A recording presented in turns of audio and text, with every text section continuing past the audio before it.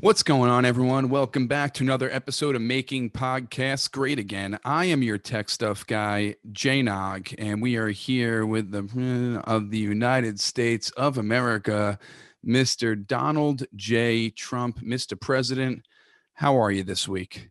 We're doing very well. Thank you for asking. You sort of stumbled when you were saying President of the United States, but I must have something in my excuse tooth. me, I'm talking. And things at Mar-a-Lago are beautiful. The weather's beautiful. We have great freedom down here, thanks to the very talented Governor DeSantis. So everything's good. We're doing strong presidenting down here, and the country is looking, despite Sleepy Joe leading to what's he up to now? 540,000 lost souls. We're going to talk about COVID in a little bit. Okay. Yeah. Well, no, short story is Mar-a-Lago's great, and I'm doing even better.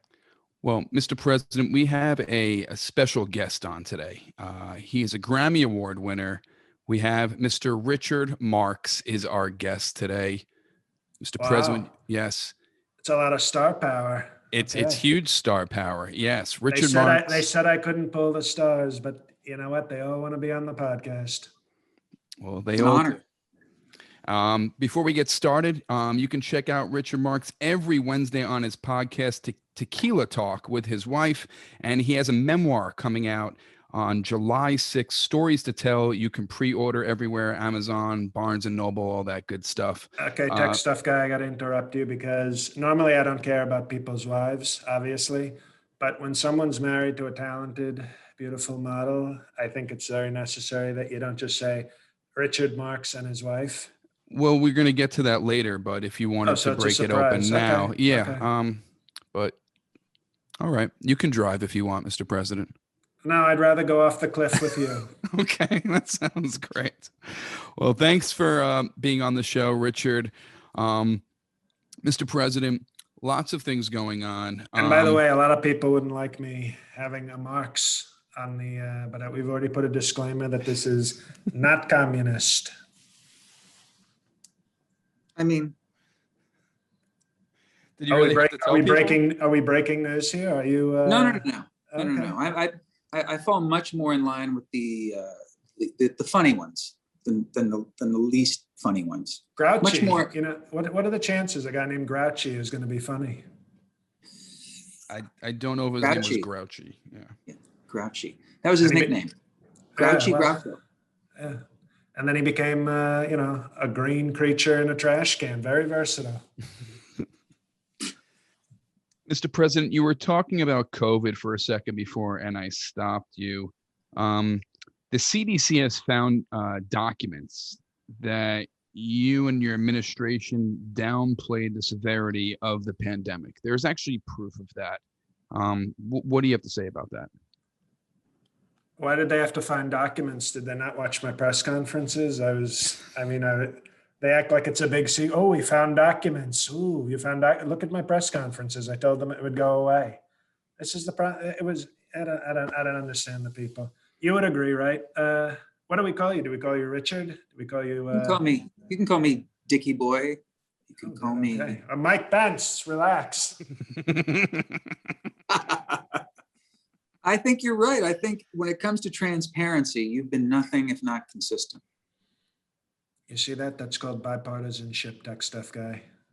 We both agree. But Mr. President, you keep blaming President Biden on all these deaths of the pandemic, but you were in charge. And aren't you technically in charge right now since March 4th, QAnon? And aren't you now president? No, if you obviously didn't get the Q newsletter, it goes out monthly.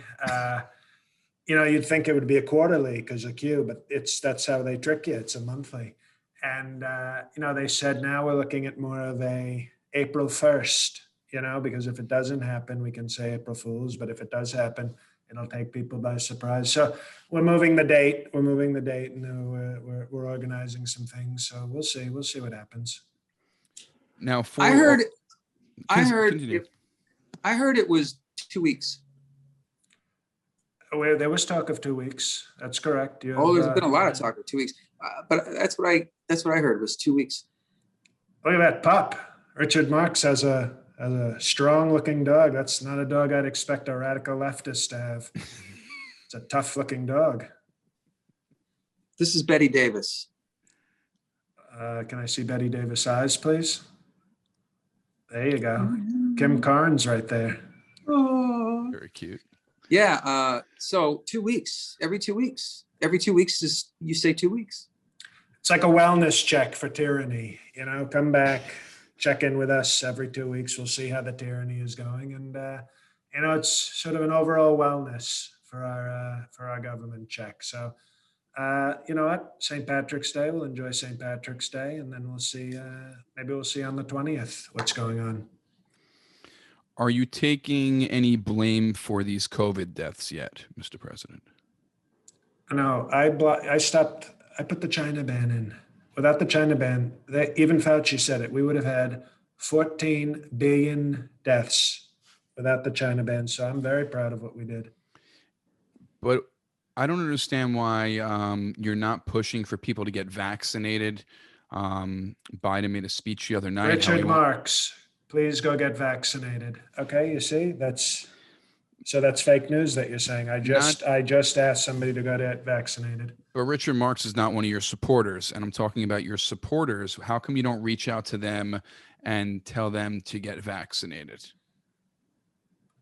Because we believe in freedom, and I don't want to make them do it. I don't want to tell them to do it. But look, I encouraged the great Richard Marx to do it, and I think that's even better. I'm telling somebody who hasn't been too nice to me on social media, I'm telling him to do it. So I think that's even more powerful than telling my supporters to do it. But you got vaccinated. I did. In January, before you left the White House. Oh, actually, you know what I did? I got vaccinated for a lot of things because, you know, when you're about to be on the market again, you know, you want a clean bill of health to show all the, you know, the models that are going to be trying to be the fourth Mrs. Trump. So yes, it's very important to have a clean bill of health. Yeah. Plus, you want to prevent any diseases you might get in prison. That's true. That's true. Although I'm not, you know, I'm not going to prison. At worst, they'll put me on like house arrest in my beautiful triplex. I think I have a triplex apartment. That's even better than a duplex, by the way. Are you afraid of going to prison, Mr. President, if you were sent? That's a good question. Are you saying like I wouldn't know which Aryan nation gang to lead? You know, sort of a real dealer's choice kind of prison experience. You do kind of you really do have your pick of the litter, don't you? Unbelievable. Well, I like that tall guy with the shaved head, but what about these sort of guys with the tattoos that don't look too friendly? You know, we sort of just a lot of choice. So, and I'm pro-choice. You know, not with women's bodies, but with prison gangs. Very pro-choice. That's good. So you're going to have your pick of the Aryan gang in prison? Well, you've got the Aryan Brotherhood, if you want to be close, but then there's the Aryan Nation, if you're sort of like a more proud nationalist. It's what they're doing right now with Aryan prison gangs. It's like it's, you know how they call this like peak TV right now, because there's so many great television shows. It's really a peak prison gang right now. So if I do go to prison, which I don't think I will, it would be no better time to go. Would you get a tattoo if they made you get a tattoo to join their gang? Would you get a tattoo? It's a good question. Do you think I should get a tattoo, Richard Marx? Oh, I can think of a few tattoos for you. Well, we're waiting. Sorry, what was that? Oh, who was that? The model. The model player. Okay, we respect that. She was saying, do you miss the Miss Universe pageant? I really miss Miss Teen USA more than anything. That's probably the one I miss the most. But I miss all the pageants. All the pageants are great. But we'll look into getting some tattoos. We'll take some suggestions on Twitter for some strong Trump tattoos. In fact, we should be doing a business, Trump tattoos. You know, TT. You get 2 golden T's. What part of your anatomy would you have tattooed first? You know, I sort of like having my guns not covered up, you know, covers up the definition. So I thought it was I thought all the Band-Aids you constantly wear are covering up the guns. Never seen anybody. You wear more Band-Aids than Michael Jackson in his prime. What the fuck, well, I'm actually, I don't know if you remember this, I had a lot of endorsements from rappers in 2020, and Nelly didn't go public with his, but Nelly was, you know, he sort of shared some of his Band-Aids with me. So it's sort of solidarity with Nelly. That's what we're calling that. But probably on my back, because it's so big and strong. I think that would be, you know, they'd call that a beautiful canvas for the tattoo artist. You know, you just tighten the folds and you and it's strong back. How does it go again? You know, you've seen it in the movies. Yeah, well, Gotcha. You're a rock star guy. You've probably seen your share of tattoos. I have indeed. Melania's got some, right? She has what we call a Trump stamp on her lower back.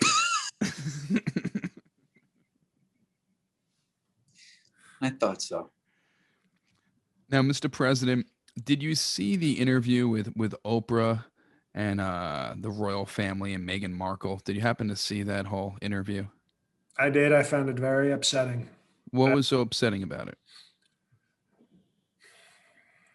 To see Meghan Markle just totally trying to destroy a great family was so upsetting.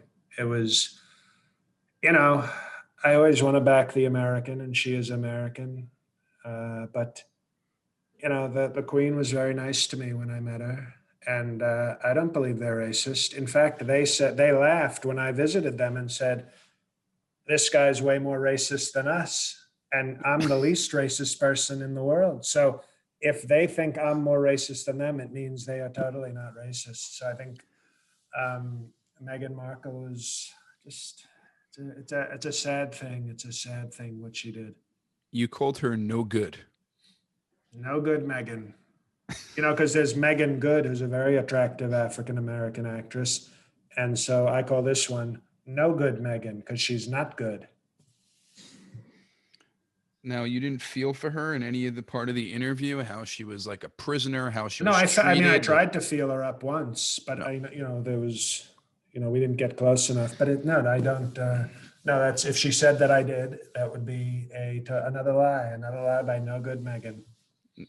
No, I'm saying you didn't have any sympathy for her, for what she went through and how she was kept as like a prisoner there, and how she dealt with all these racist comments. You didn't feel for her any sympathy, nothing. It sounded very sad what she went through. She was on a show called Suits that was not very well reviewed, and then she became a princess.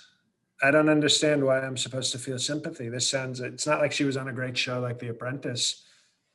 So no sympathy. Now, Richard Marx has written many sort of sympathetic songs, very sweet songs. We'll get into that later, but do you have sympathy for no good Megan? I felt bad for her of what she went through. I mean, Is your name Richard Marx? You didn't really go back on the tape, and I said Richard Marx. He did, in fact. Wow. Boom. But Lee, you go first. I just said I felt bad for her. All the things that she went through, I felt horrible for her. I mean, any person who has a heart would feel bad for her. I second this. Okay, well, we've got 2 weaklings, one Trump. That's going to be the new YouTube video. I mean, how can you be so callous about someone saying that they considered taking their own life? Okay, well, the calluses are because we ran out of lotion at Mar-a-Lago. So that's, if you're talking about calluses, I don't know how you can see them through the Zoom. But I think if somebody feels that way, it's a very sad thing. I'm saying I don't believe Meghan. I think she's just trying to get sympathy, and I'm not buying it. You're not buying Prince Harry's story either? You're not buying any of it? The guy in the Nazi uniform, you want me to be sympathetic? All of a sudden, oh, Donald Trump, the alt-right. But now, excuse me, I'm supposed to support the redhead in the Nazi uniform? Now, for Trump to be nice, I have to support the Nazi uniform. The left can't make up its mind. They can't make up their mind. I didn't say you should support him. I just said, did you feel for any of his story about his wife if you didn't believe her? I only felt bad for Diana. Okay, I guess that's fair. Because people don't know this, but she wanted to date me. So you felt bad that you turned her down? Well, I didn't, I didn't officially turn. I said, I'll let you know. I'll let you know. What was the hesitation? I didn't feel like flying across the Atlantic. Just at that time, I was enjoying myself in New York, building great buildings. And I said, darling, if you want to date Trump, you can come on over. And she felt like it wasn't the right time for her. So I had great sympathy for Diana. The idea of not being able to date me is like probably one of life's great tragedies. Whatever happened to her? Are you kidding? You're serious? Well, I'm asking. I'm curious. She died years ago in a car crash. Horrible. That is sad. That is sad. And still, having never dated me, so that really makes it even sadder. 1997, she died. What were you up to in 1997? Oh, Ivanka was sitting on my lap that whole year.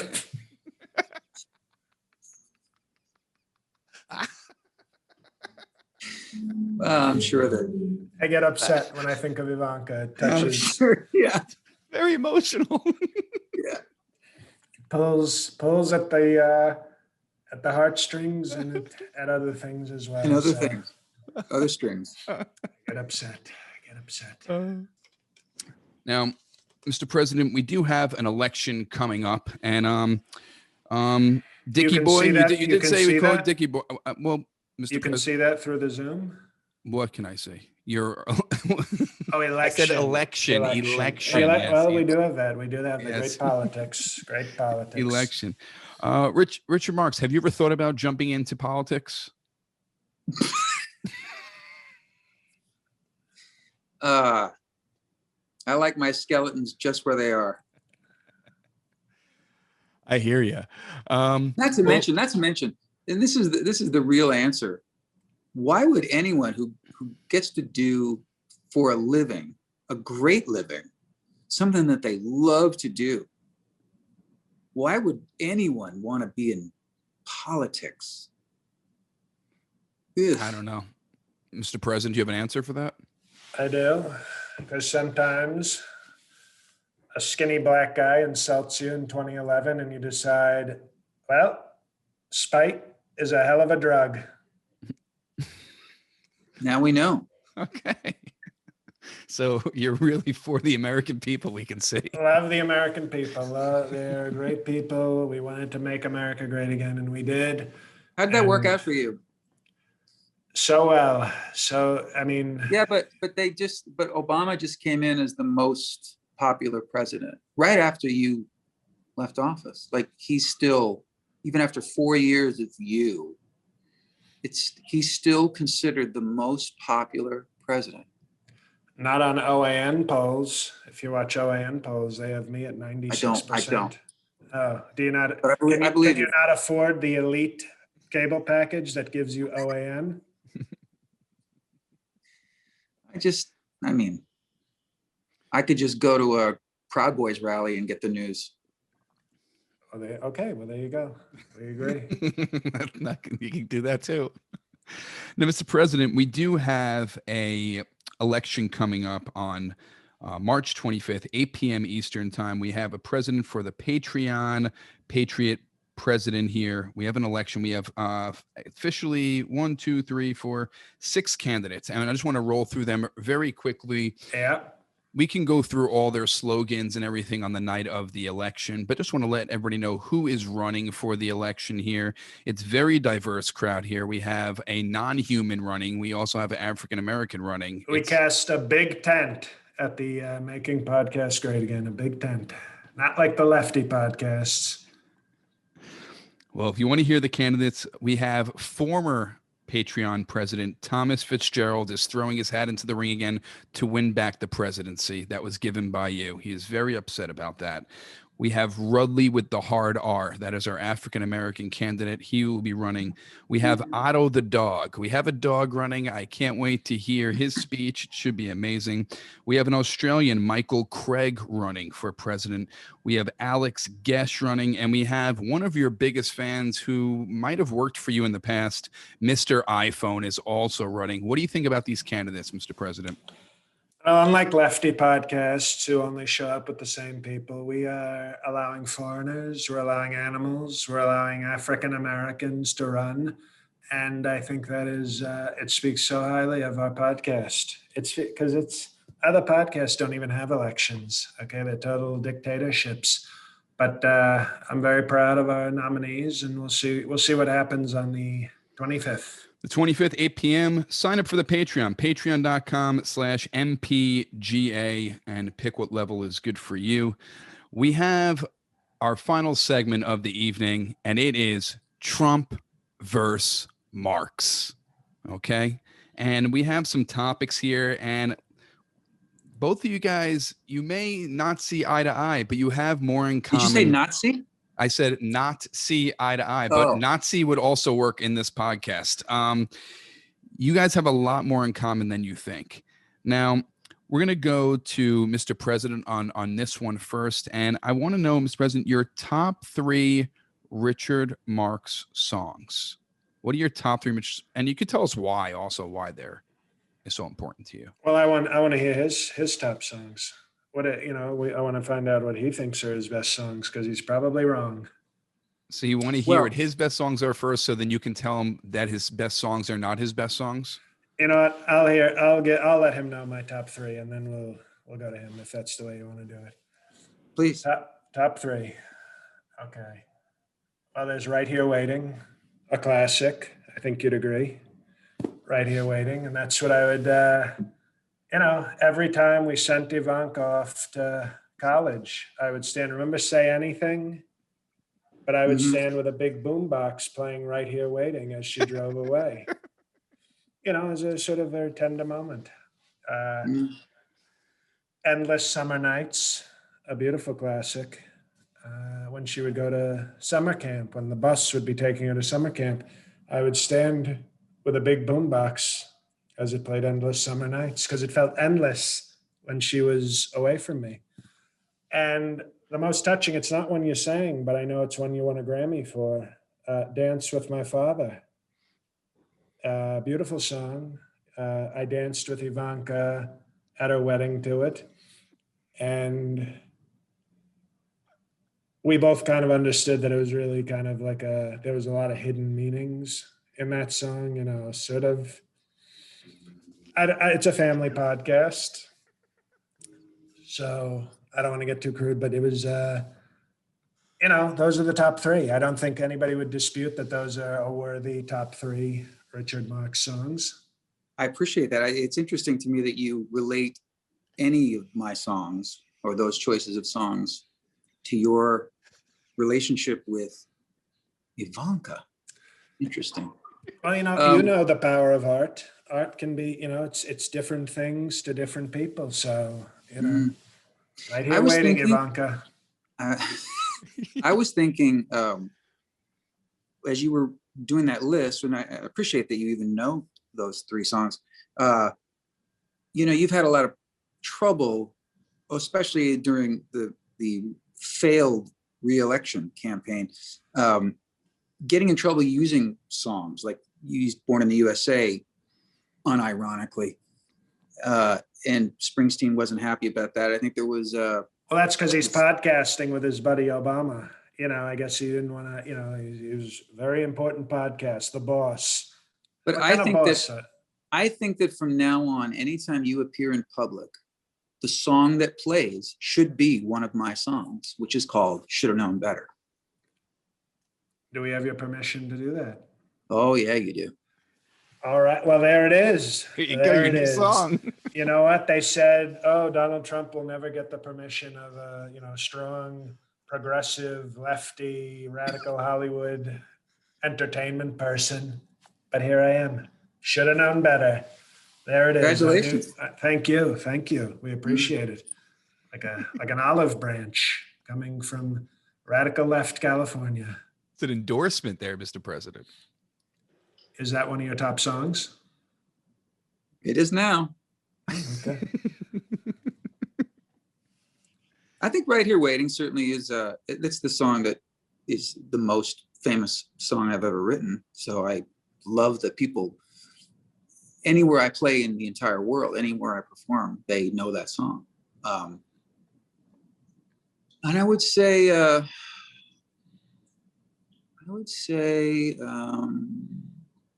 what else?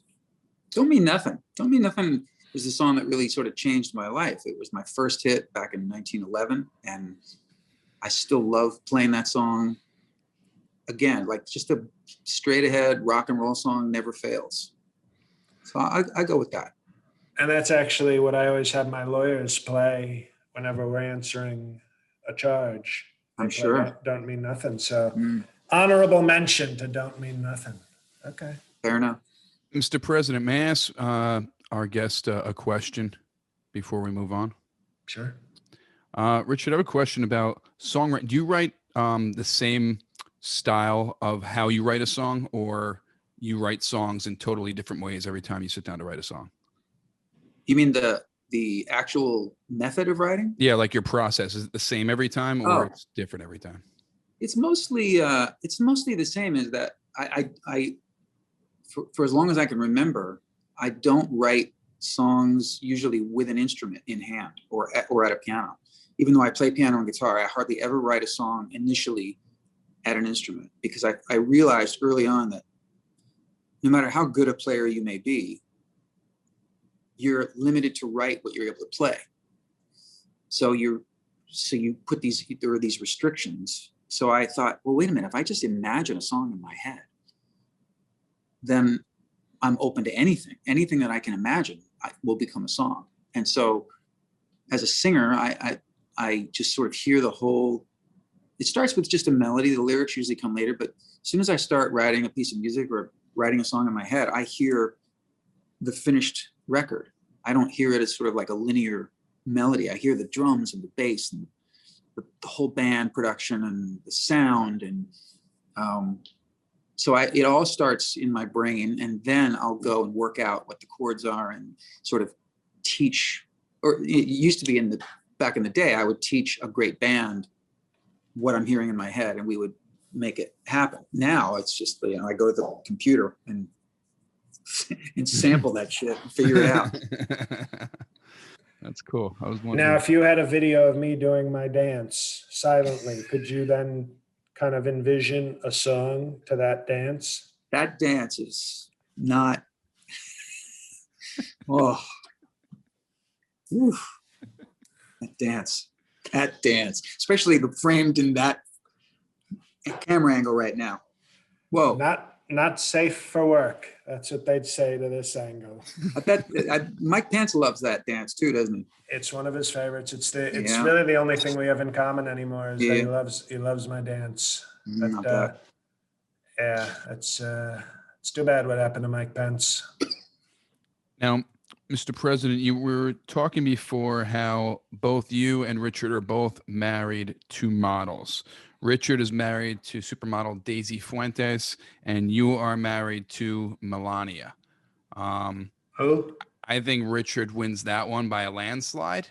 What do you think about the battle of the supermodel wives here? Oh, well, it's no contest. I mean, I've been with Mesopotamia for so many years, and she was never on TV. It's Daisy Fuentes wins that one, of course. And she's a beautiful Cuban, and Cubans love Trump. So it's like, I now know why she's not part of the podcast, because it's sort of like Richard Marx is sort of like, I don't know, the beautiful Cuban women, they love Trump so much. honey, darling, stay away from the podcast. I don't want you to get too enticed by the power of Trump. So no, I would say she wins also. And you know, I have no I have no loyalty to melanoma, so you know, I can be honest. I don't think Richard is nervous about putting his wife on camera for you to steal her. I don't think that's one of his worries. Okay. He's shaking his head no too. So Agree to disagree, because you know, one of my African American supporters once called me steal your grandma without her consent. That was like a meme they put out. So, you know, I think there's a lot of people who find Trump very enticing. Now, you were also speaking at the beginning of the episode about, well, you used to have a very powerful presence on social media, Mr. President, on Twitter, and you were saying that Richard has some strong Twitter hands also. Would you like to discuss that? Well, you know, Richard reminds me of myself on Twitter in his own way, because there's these very positive tweets and he shares art and his friends making music, and that's very nice. A little weak, but it's nice. And then if somebody crosses Richard Marx, and this is what I like about him, to be honest, you would think I respect it. I shouldn't say I like it, but I respect it, is when somebody comes at him in his mentions, he's not afraid to take a Twitter acoustic guitar and slam it over their Twitter head. And you know, you can sort of not agree with somebody's politics or their opinion, but you can respect the way they go about their business. And people sort of think, oh, it's the same thing with me. We're both sort of 80s hair icons, okay? And then people think, oh, because you have very powerful, beautiful hair, I'm going to come at you. And Richard Marx lays the smackdown. He says, no, no, no, no, you're not going to do this. Not here, not now, not ever. So even though I don't agree with his politics, I think he represents, as my African Americans would say, he represents very well on Twitter. Richard, how would you look at yourself on Twitter? Do you see yourself compared to Donald Trump with your strong Twitter hands? Oh boy, it's like looking in a mirror, except only one of us is left. Yeah, I think aside from the lying and the racism and the horrible misogyny, bigotry, and just overall awfulness, it's the same thing. So you're saying you have room for improvement, and that's great self-reflection. That's great that's why we like you, because there's a real growth process. You're always willing to improve. And you know what? I have a great respect for you, Richard Marx. Great respect. Well, thank you. Thank you. Although really, I think one of the great things you pulled off, I think having a Cuban wife and having the last name Marx is like one of the most amazing things. That's the most powerful thing I've ever seen.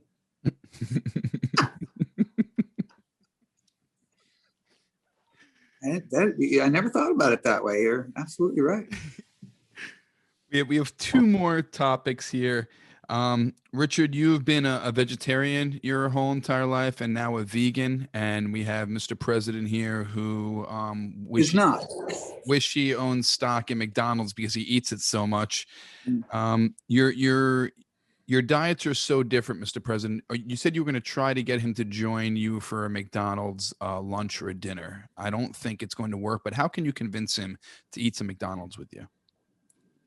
Well, I mean, they've come out with a plant-based burger at McDonald's. So what I like to do is I'll order 3 Big Macs, but I will order the plant-based burger to use as a plate so that I'm sort of, I'm endorsing, indirectly a sort of vegan lifestyle. So I think, that's, once again, I think there's compromise there. Do you find being a vegan boring? Sometimes, yeah, actually. Getting less and less boring. Whoa, this is like breaking news. I've never heard a vegan actually admit that. I mean, so it depends on where you are and what your circumstances are. But yeah, sometimes when it's, especially when I'm on tour and I'm playing towns where it's not exactly a vegan mecca, it can be daunting. Sometimes it's just, sometimes it's French fries and a martini is dinner, but That sounds pretty tasty, to be honest. It's getting easier and easier. You have the Impossible Burger, you've got Beyond Sausage, you've got all these plant-based versions of our favorite foods. I applaud these people who have been vegan for 20, 30 years when they were basically just eating raw kale all day. So that's true. By the way, when you said Beyond Sausage, that's actually the name of Mike Pence's favorite magazine. So the full title, it's Beyond Sausage, the discerning gentleman's magazine for the closeted Christian. It's a new magazine, but it's doing quite well. It's a very long title for the magazine. Well, you open up, it's. You think the title's long? Check out the centerfold. Not a lot of vegan centerfolds for Mike Pence in that magazine.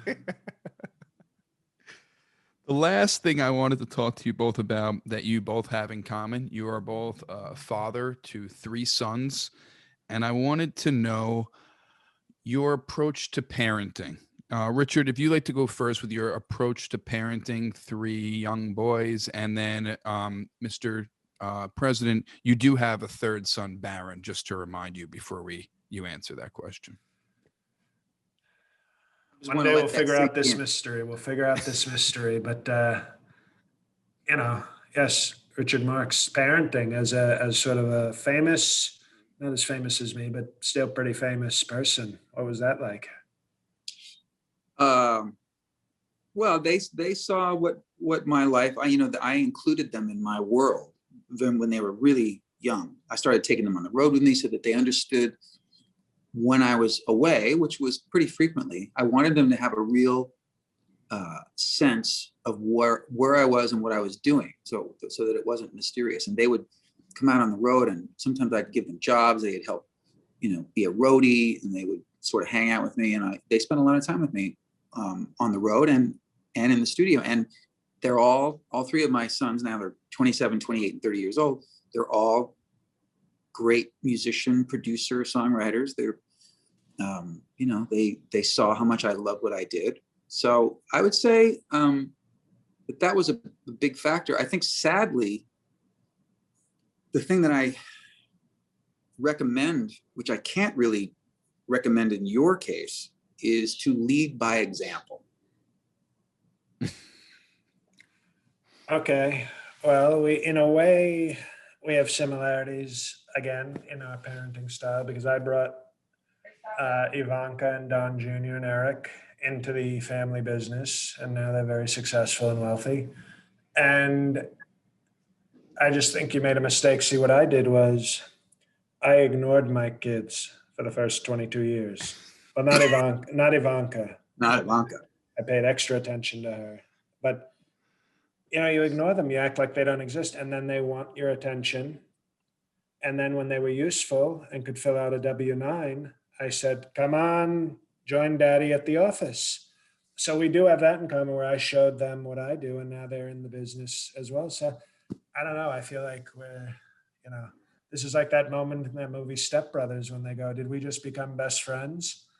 So many similarities. It's quite incredible. So I'm curious.